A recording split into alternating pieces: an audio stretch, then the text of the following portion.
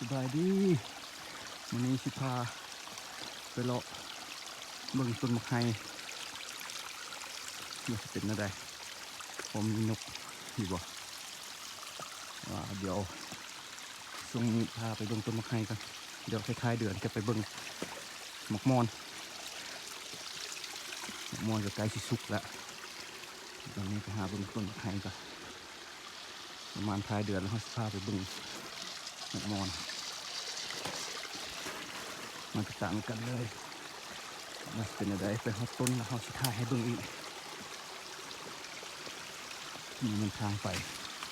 ต้นมะไฮเขาขึ้นไปทางสันกันละ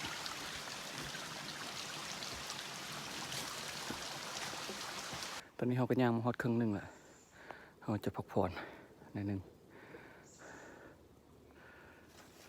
มา2 คนเดี๋ยวพักผ่อนในหนึ่งเขาจะขึ้นไปต่อขึ้นทางพูนเดี๋ยวฮอตต้นมาอาชิถ่ายให้เบิ่งอีก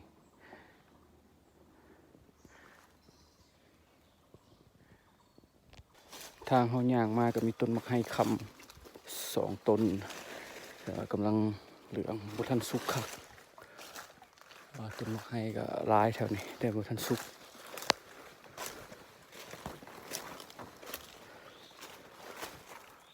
ทางนี้ก็ต้นมะไฮคำแต่บุทันสุกนี่ก็แม่นมะไฮที่หล่นลงมา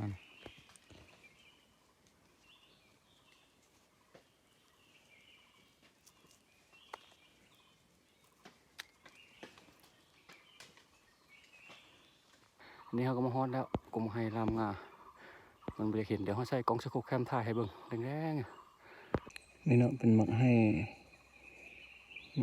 รามงาหั่นแหละแล้วก็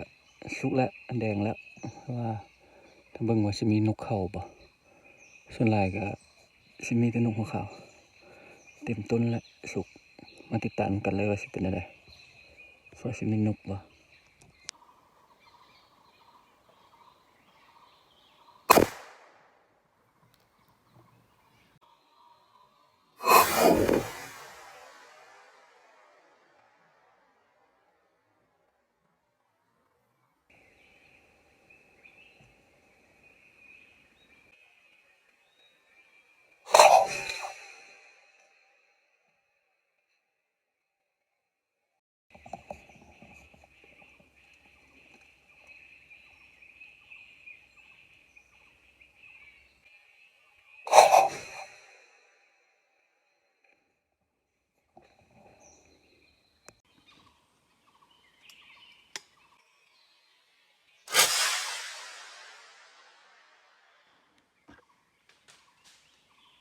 ต้นสวยในชั้นนี้ต้นสวยแล้วก็ปีงเลยกิน2 คนกินข้าวสวยก่อนแรงๆจอบหอก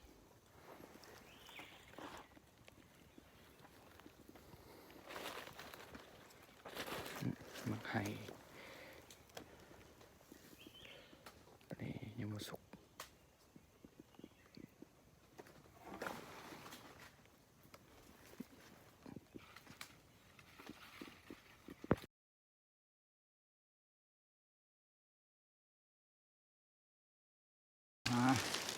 กินข้าวสวย2 คน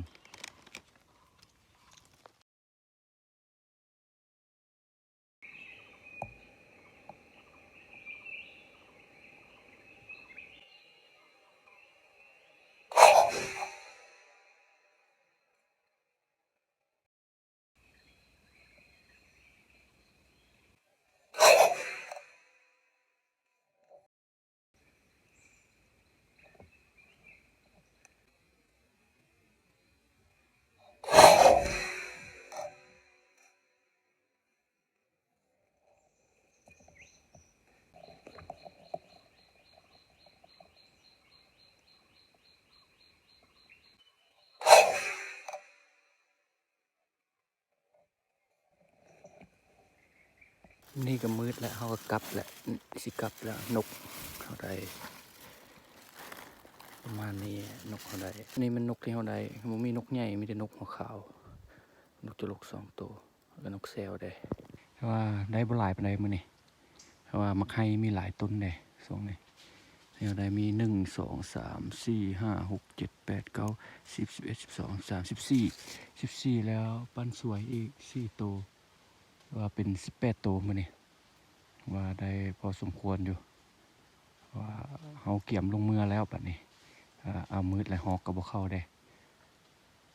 แต่ว่าสุดหน้าเฮาสิพาไปยิงมังไห้คำเพราะว่ากุ้งมังไห้คำเห็นหลายอยู่แล้วก็